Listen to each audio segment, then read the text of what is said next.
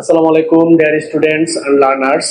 আপনারা যারা হচ্ছে গিয়ে ইনটু এবং ইনের ব্যবহার নিয়ে একটু সমস্যায় পড়েন যে কোথায় আমি ইনটু বসাবো কোথায় আমি ইন বসাবো, সেটা যাদের বসাতে একটু সমস্যা হয়, তো আপনারা যদি আমার ক্লাসটা আজকে একটু খেয়াল করে শুনেন এবং প্রথম থেকে শেষ পর্যন্ত দেখেন, তো ইনশাল্লাহ আজকের পর থেকে আপনাদের ইন এবং ইন্টু নিয়ে কখনো কোনো সমস্যা হবে না।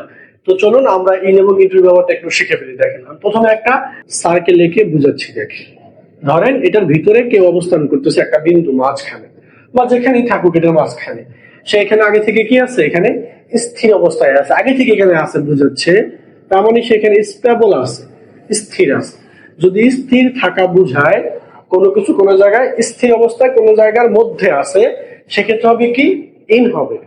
আর যদি কোনো কিছু বাহির থেকে ভিতরের দিকে যায়, বাহির থেকে এটার ভিতরের দিকে ভিতরে যাচ্ছে আর কি, এটা বাহিরে ছিল এখন সে ভিতরে প্রবেশ করছে, আগে বাহিরে ছিল এখন সে ভিতরে প্রবেশ করছে, ওই ক্ষেত্রে হবে কি, ইনটু। আরেকটা কথা মনে রাখবেন, ইনটুর ক্ষেত্রে আমাদের মুভমেন্ট থাকতে হবে। হ্যাঁ, ইনটুর ক্ষেত্রে মুভমেন্ট থাকতে হবে, আর ইনের ক্ষেত্রে কোনো মুভমেন্ট থাকবে না, এটা থাকবে কি, স্থির থাকবে। হ্যাঁ, স্থির থাকবে। তো তো চলুন আমাদের এই এতটুকু সূত্র দিয়ে আমরা সবগুলো কোশ্চেন সলভ করবো। দেখেন যে বলছে a bird is dash in the bird house, তাহলে বার্ড হাউস অর্থ কি, পাখির বাসা।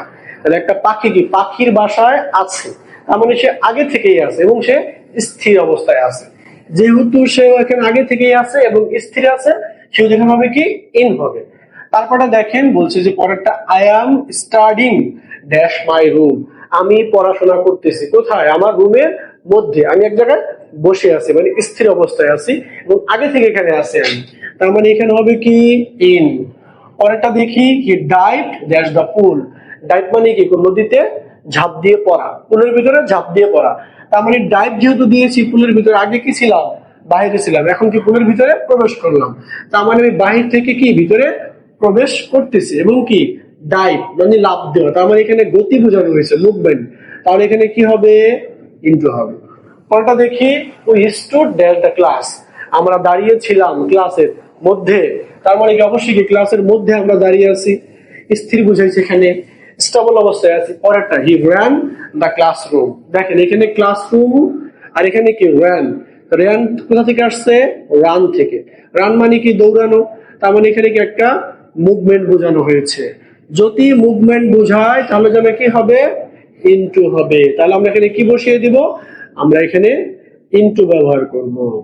Next one, he walked the kitchen, সে কি করলো, কিচেনে হেঁটে গেল, ওয়াকড মানে হাঁটা, তার মানে কি তার গতি থাকবে, মুভমেন্ট থাকবে, যেহেতু মুভমেন্ট থাকবে সেহেতু কি হবে, ইনটু হবে। তাহলে হি walked into the kitchen.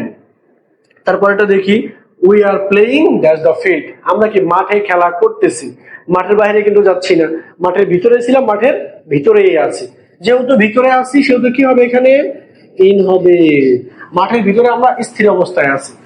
Last one, the river flows the dash the sea, flow শব্দের অর্থ কি, প্রবাহিত হওয়া। তাহলে নদীটা কি ছিল, আগে সাগরের মধ্যে ছিল না সাগরের কি বাহিরে ছিল, তো সাগরের বাহিরে ছিল, এখন সাগরের মধ্যে কি করতেছে, ফ্লো, ফ্লো মানে প্রবাহিত হওয়া, তার মানে এখানে কি আছে, মুভমেন্ট আছে, যেহেতু মুভমেন্ট আছে সেহেতু কি হবে, ইন হবে।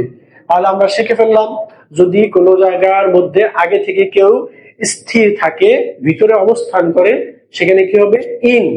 আর যদি বাহির থেকে ভিতরে প্রবেশ করে, আগে বাহিরে ছিল এখন ভিতরে সে প্রবেশ করতেছে বা ভিতরে প্রবেশ করছে, ওরকম বোঝাতে কি হবে, ইনটু হবে।